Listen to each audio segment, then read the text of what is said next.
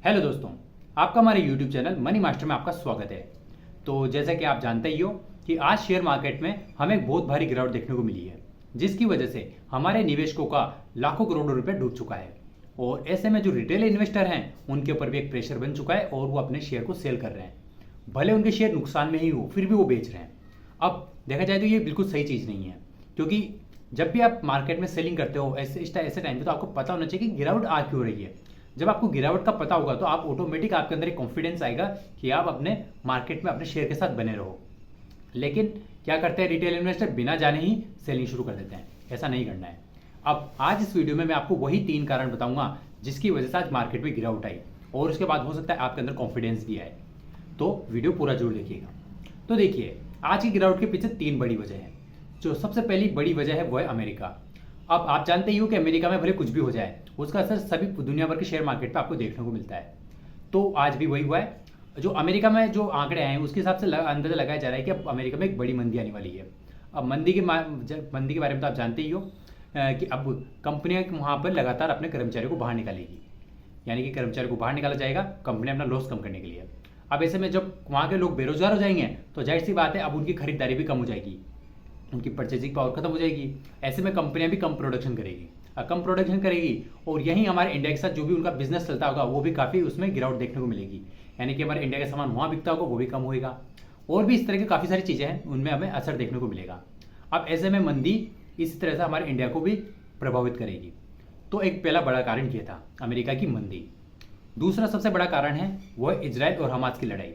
अब आपको पता है दुनिया में युद्ध कहीं भी हो उसका असर स्टॉक मार्केट पे देखने को मिलता है, और उस देश के स्टॉक मार्केट पे नहीं, ये दूसरे स्टॉक मार्केट पे को भी प्रभावित करता है। जैसे कि पिछली बार रशिया और यूक्रेन की लड़ाई हुई थी, उसमें हमारे इंडियन स्टॉक मार्केट में काफ़ी लंबे टाइम तक गिरावट बनी रही थी। सेम इस बार भी ऐसा ही होगा। यानी कि इजराइल हमास के बीच में जो प्रॉब्लम चल रही है उसकी वजह से इंडियन स्टॉक मार्केट भी प्रभावित होगा और लंबे टाइम तक इसका असर हमें देखने को मिलेगा। तो ये 2 बड़े कारण थे, अमेरिका और इजराइल। अब एक तीसरा कारण है जो कि हमारे खुद इंडिया का ही है। उसका रीज़न है हमारी हाई वैल्यूएशन। आपको पता है हमारे इंडियन स्टॉक मार्केट में गिरावट जो पिछले लॉकडाउन हुआ था, लॉकडाउन के बाद से अभी तक हमें गिरावट ज़्यादा देखने को नहीं मिली है। हालांकि गिरावट हुई है, कोई इतने लंबे टाइम तक गिरावट देखने को नहीं मिली है। जो आखिरी गिरावट मुझे याद है, बड़ी गिरावट, वो तो है चुनाव वाले दिन। चुनाव का जो रिजल्ट आया था एक तो उस दिन, और बीच में रूस यूक्रेन की वजह से एक बड़ी लंबी टाइम तक गिरावट बनी रही थी, वो गिरावट। उसके अलावा हमारे इंडियन स्टॉक मार्केट में ज़्यादातर हमें तेजी ही देखने को मिली है। और यहाँ तक कि जितने आईपीओ हैं वो भी हाई वैल्यूएशन पे ही लिस्ट हुए हैं। कई आईपीओ ने तो लोगों का पैसा ही डबल कर दिया है। तो ऐसे में अब हमारा मार्केट बहुत ऊपर हाई पे है। अब रेलवे शेयर और डिफेंस शेयर के बारे में तो आप जानते ही, उनमें कितनी ज़्यादा तेजी है, सबका सब हाई पे जा चुके हैं। अब ऐसे में तो मार्केट में प्रॉफिट बुकिंग का टाइम लोगों को चाहिए था कि कभी ना कभी तो प्रॉफिट बुकिंग आनी ही थी। अब ऐसे में जो हमारे जो बड़े बड़े इन्वेस्टर थे जिन्हें प्रॉफिट बुक करना था वो टाइम देख रहे थे। अब वो टाइम उनका आ चुका है, वो इस तरह से प्रॉफिट बुकिंग करते हैं। ऐसा नहीं है कि जो बड़े बड़े इन्वेस्टर वो कभी भी शेयर बेच देते हैं, नहीं, वो एक टाइम देखते हैं इन्वेस्ट करने के बाद। तो उन्होंने देखा कि भाई इस टाइम पे अमेरिका में भी प्रॉब्लम चल रही है, मंदी, और जो इजराइल हमास की प्रॉब्लम है, इसकी वजह से मार्केट में अब आने वाले टाइम पर तेजी नहीं आएगी काफ़ी लंबे टाइम तक। तो ऐसे में पैसा बाहर निकाल लेना ही सही रहता है। अब इस पैसा को कहीं और दूसरी जगह वो इन्वेस्ट कर सकते हैं। इसलिए उन्होंने आज शेयर मार्केट में शेयर बेचना शुरू कर दिया है, जिसकी वजह से अब उनके शेयर वो बिकते हैं करोड़ों में, यानी कि वो खरबों में लगातार बड़ी डील करते हैं, जिसकी वजह से मार्केट में हमें बड़ी गिरावट देखने को मिलती है। अब ऐसे में जो छोटे इन्वेस्टर होते हैं वो भी उनके देखा देख अपने शेयर बेचना शुरू कर देते हैं, जबकि ये तरीका गलत है। भाई उनके पास तो बहुत पैसा होता है और उनके पूरी स्ट्रेटजी होती है, इसलिए वो ऐसा कर लेते हैं। पर जब हम छोटे इन्वेस्टर है, अब ऐसे टाइम पे हमारे जो रिटेल इन्वेस्टर है उनके लॉस आ गए होंगे। यहाँ तक कि कई इन्वेस्टर तो ऐसे होंगे जिन्होंने नुकसान में अपने शेयर बेचे होंगे।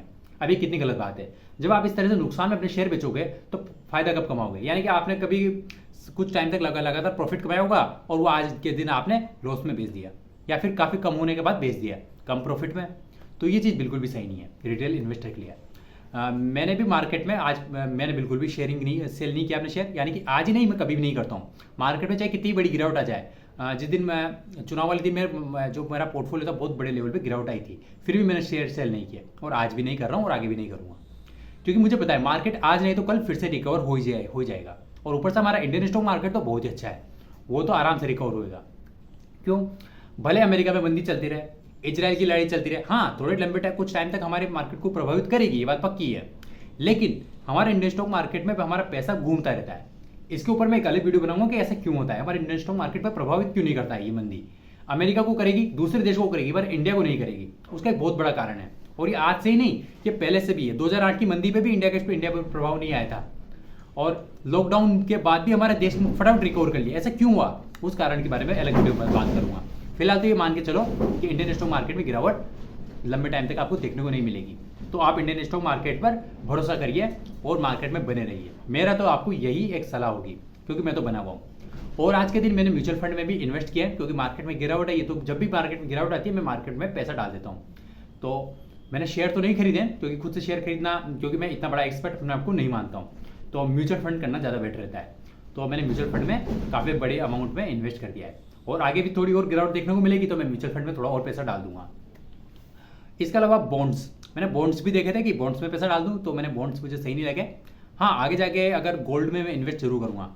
थोड़ा बहुत ये गिरावट से पहले मैंने गोल्ड में पैसा डाल दिया था, सोने में। तो मैंने गोल्ड को ETF खरीद लिया था, जिसकी वजह से अब आपको पता है कि शायद शेयर मार्केट में गिरावट देखने को मिल जाए, लेकिन गोल्ड ऐसी चीज़ है जो कभी भी लंबे लेवल पे नहीं गिरेगी, बड़े लेवल पे। उसका एक परसेंटेज होता है, उससे ज़्यादा वो गोल्ड में गिरावट नहीं आती है, क्योंकि गोल्ड चीज़ ही ऐसी है। तो गोल्ड में मैंने इन्वेस्ट कर दिया था, तो मेरा काफ़ी सारा पैसा गोल्ड में है, इसलिए मुझे इतनी भी टेंशन नहीं है। और जिस दिन मुझे ज़रूरत पड़ी पैसे की, तो उस दिन मैं गोल्ड को बेच दूंगा। यानी कि मेरा जो ऑनलाइन मैंने कर रखा है ETF में, तो उस गोल्ड को बेच दूंगा। अगर लॉस भी आया तो छोटे मोटे लॉस में ही बेचूंगा मैं कोई। जबकि शेयर है, शेयर बड़े बड़े लेवल पे गिर सकते हैं। जैसे मेरा बजाज फाइनेंस का शेयर है, उसमें मुझे 10% से ऊपर की गिरावट मुझे देखने को मिल रही है बजाज फाइनेंस में। शेयर्स में गिरावट हो सकती है, पर गोल्ड लिमिटेड है, गोल्ड में नहीं होगी। तो गोल्ड पे मैंने भरोसा किया हुआ है, गोल्ड में मैंने पैसा डाल रखा है। और स्टॉक मार्केट में तो मेरा पहले से है ही सही, वो मेरा पोर्टफोलियो एक तरफ, म्यूचुअल फंड का पोर्टफोलियो एक तरफ। तो इस तरीके से इन्वेस्टमेंट मैंने किया हुआ है। तो आज जो IPO आया था, एक IPO में भी मैंने पैसा डाला है। तो देखते हैं जब वो लिस्ट होएगा तो उसके बारे में आपको जानकारी दे दूंगा। तो अब आप भी स्टॉक मार्केट पे भरोसा करिए और बने रहिए मेरे साथ। और जब भी आपके मन में कोई सवाल हो तो कमेंट में लिखिए, मैं उसके उत्तर देने की आपको कोशिश करूँगा। तो आज के लिए इतना ही, अगली बार फिर मिलेंगे किसी ऐसे नई वीडियो के साथ। तब तक के लिए गुड बाय।